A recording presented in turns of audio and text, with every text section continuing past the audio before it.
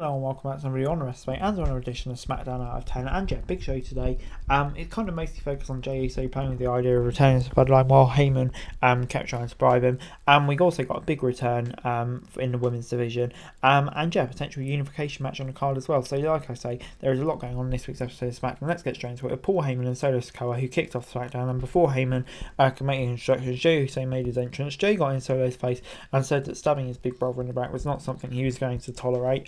Heyman stepped in and said that it was Jimmy's fault that the Bloodline turned on him and made a decision for Jey as well. Heyman tried to tell Jey that Jimmy was eager to betray Roman since Jey had to be his right-hand man. Heyman told Jey that he was set to be Roman's successor and even bribed him with a US title match against Theory. Jey said yes to the title match but refused to shake hands with Heyman. Jey had a little get it back onto the topic of the Bloodline and walked out. And yeah, this was really good. The way they're dragging in both directions. I like how it's all Jey and not Jimmy.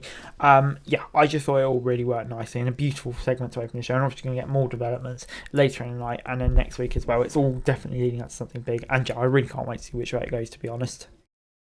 It was then time for Santos Escobar versus Mustafa Ali in the Money in the Bank ladder match. Ali was back from NXT and Ali Knight was on commentary for the match, and we got some action on the apron even early on before Ali was driven into the ring post before Santos got a Frankensteiner. Ali then missed a 450 splash and Escobar missed a Poison Frankensteiner before the latter came back with a Phantom Driver picking up the win. And yeah, this gets a 7 out of 10 from me. A really good match. I mean, all you need to do is just look at the people involved, and it's no surprise that this was a really good match.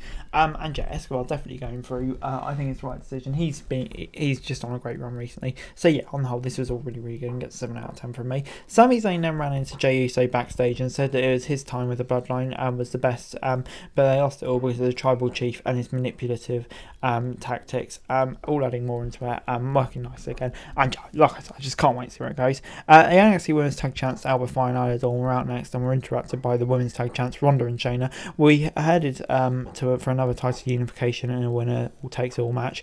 And Ronda challenged the NXT Champs to a title v title match before a brawl broke out and WWE Champs got the upper hand. Baszler was about to take Fires out before Dawn came back and took them out as the Champs retreated.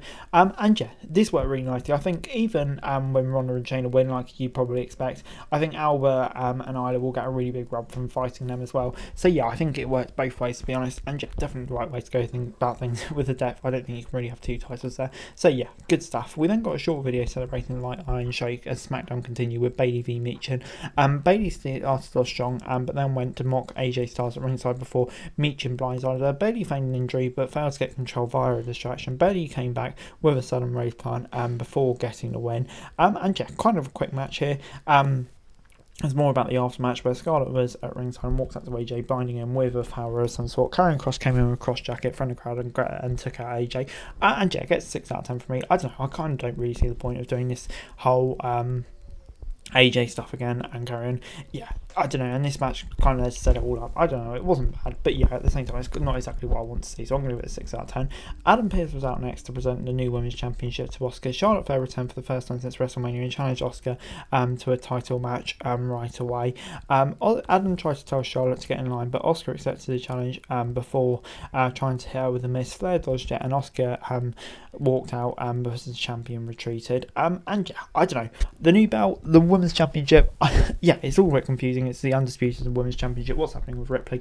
Yeah, I don't know. Like I say, it is all a bit confusing. And Charlotte Flair, yeah, I mean, we obviously know how big a star she is, but I mean, she shouldn't just walk in and get a title match every time. It's kind of getting a bit tiresome, this. So yeah, in all honesty, I wasn't a massive fan of this. I think it just all could have been done a bit better, but I do like the new belt design, and that's positive at least. But anyway, backstage, Heyman told Jey that the latter was now allowed on Roman's private jet, and also wanted to make Jey a public acknowledgement to Reigns next week. Jey laughed at him and said that if he was back in the Bloodline, it would mean that Heyman would be kicked out. So yeah, could we see a Heyman kick out next week? I don't know. I kind of don't think it, but you never ever know. And yeah, that's definitely going to make next week so intriguing before it's time for Butch v Baron Corbin. Corbin back from NXT as well, and Trick and Meadow from NXT were in the front row to watch the match. Butch went after Corbin's fingers before the latter came back with some strikes. Corbin decided to go and trash talk Meadow and Trick mid-match, but Butch rolled him up and behind and picked up the win.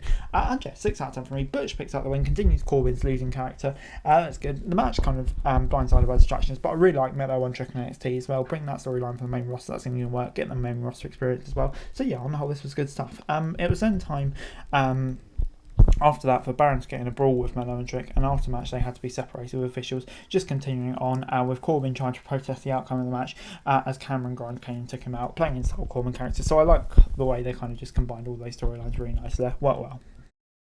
Iyo Sky then took on Shotzi, and Bayley ran a distraction early on, and Sky took complete control of the match, and before missing a top rope move, Shotzi came out with a back suplex and a cannonball in the corner before taking Iyo down with a dive to the outside. Bayley then got another distraction and dropped Shotzi on the ropes before Sky got the moonsault and picked up the win. And yeah, gets 6 out of 10 from me. Good win for Iyo Sky here. I think, it's probably the one who I'd like to see in the Money in the Bank ladder match, to be honest. So yeah, that definitely makes sense. Shotzi, shame for her to miss out, but still plenty of opportunities for her. And yeah, the match wasn't bad as well. Interesting how they play with 2 members of Damage Control in the match as well. So yeah, that could be interesting. But yeah, on the whole, 6 out of 10 from me. KO and Sammy were then backstage before every tag team on the roster came in and asked for a title match. Owens was losing his mind. Ryan Pierce came in and booked a gauntlet match to decide who gets to face the champs. Next, kind of classic. And yeah, it will be a good match next week. So yeah, not really against it. Austin Theory then took on Jey Uso for the US title. Jey sent Theory outside early on and tossed him back over the announcer's desk. Back in the ring, the two went in the slugfest before Jey hit a neck breaker. Theory then got a near fall off a swinging slam, but missed the A-Town down. The ref was knocked down before Uso got the splash and should have won, but there was no count. Pretty Silly ran in to save Austin before Jimmy Uso came in and took them out. Solo came in and was about to hit the spike, but Jey stopped it. Jimmy tried for a super kick, but hit Jey by mistake before Solo took him out. Austin got up and picked up the win in the confusion. After the match, Jimmy tried to block Jey, but the latter pushed him away and walked out as Heyman apologised before smiling the next moment and calling Roman Reigns to tell him the news. So yeah, definitely hinting one way, but you still feel like it could be reversed at any moment, and that's the whole thing with the Bloodline. It all just fits in so nicely. We've seen it so many times before, and this is just another one of their brilliant storylines. So it gets a 7 out of 10 from me. Overall this week, SmackDown gets a 6 out of 10 from me. I don't know.